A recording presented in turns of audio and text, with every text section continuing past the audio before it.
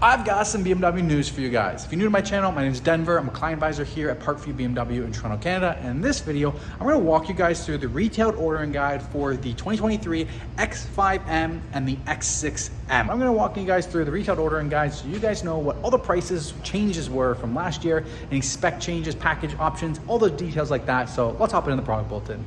All right, on the first page, we have the start of production. The main thing that you need to know is August of 2022.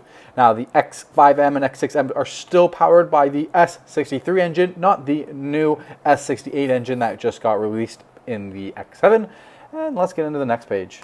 So really the only difference that you're going to see in the ordering guide from the 2022 model to the 2023 model is a price increase. So from last year, there is a $2,700 price increase for both the X5 and the X6M Competition. Now on the first page, you get your paint options. Now you do have individual paint options, which is a much wider palette, but on the normal ordering guide that is either no charge or $1,450, these are your paint options, and this is going to be without any extended time to production.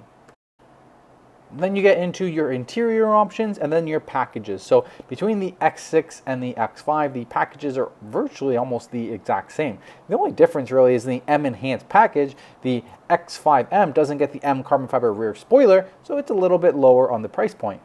So a premium package, M Enhanced package, and then you have the ultimate package. And then after that, you start getting into the standalone options. Pretty simple for the X5 and the X6M.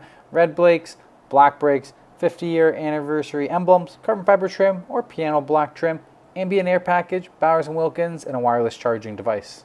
After that, you have the M driver's package that you can add on, one different wheel option for the X6M, and then your individual paintwork, so either frozen or just individual paintwork for $4,900 or $3,900. Then we get into the standard features. Once again, they're almost the exact same. Pretty much the only difference on the first page is the fact that the X5M has high gloss black roof rails.